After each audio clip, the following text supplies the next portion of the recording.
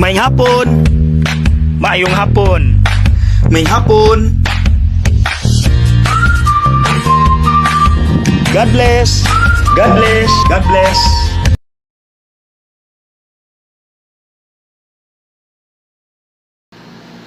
May gabi mga igsuon sa gipakita sa yawa diri sa ebanghelyo karong adlaw, makaingon gyud ta, kusgan gyud sila.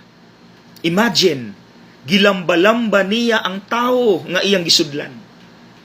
Pero dili lang sila kusgan. Bright pud. Kabalo sila unsaon pagtintal ang tao. Gamito nila ang weakness sa maong tao. Kung ang bana mahilig og chicks, gamito na sa yawa aron mabungkag ang pamilya. Kung ang tao mahilig sa kwarta ug butang, gamito na sa yawa aron eventually makurakot. Kung ang tao mahilig sa bisyo, gamito na sa yawa aron maadik gyud. Well, kabalo na ta mga igsuon, bisan pagdili ko muhatag og examples unsa ka powerful ang yawa sa atong kinabuhi, di ba? Ang pangutana, nganong powerful kaayo sila? Kay naa sila sa ilang teritoryo. Asa ilang teritoryo? Kalibutan. Maunang bisan unsa, bisan kinsa lugar nga naas kalibutan, pwede na nilang magamit aron mapakita unsa sila kakusgan. Pero naay usa ka lugar nga pilde sila, dili sila powerful. Asa? Muhatag ko ninyog analogy.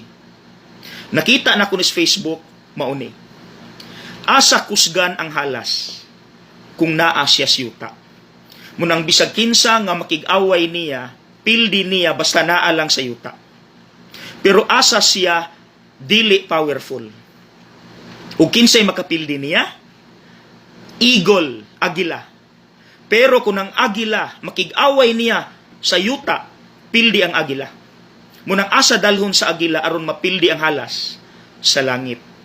Malumos ang halas sa pressure, didto mapildi ang halas kay dili niya teritoryo. Mga igsuon, in the same way, ang yawa mapildi kung wala siya sa iyang teritoryo. Dalha ang yawa sa langit, pildi na siya. Unsaon man, ampo nga walay undang. Ampo, munang mga igsuon, bisan pagpamati nimo murag wala gitubag imong pagampo, ayaw reklamo kay once mo reklamo ka, ang yawa na ang nagsulsul nimo, undang na kay walay pulos, gakahago-hago ra ka. Pray without ceasing no matter what. Ayaw gyud undang no matter what.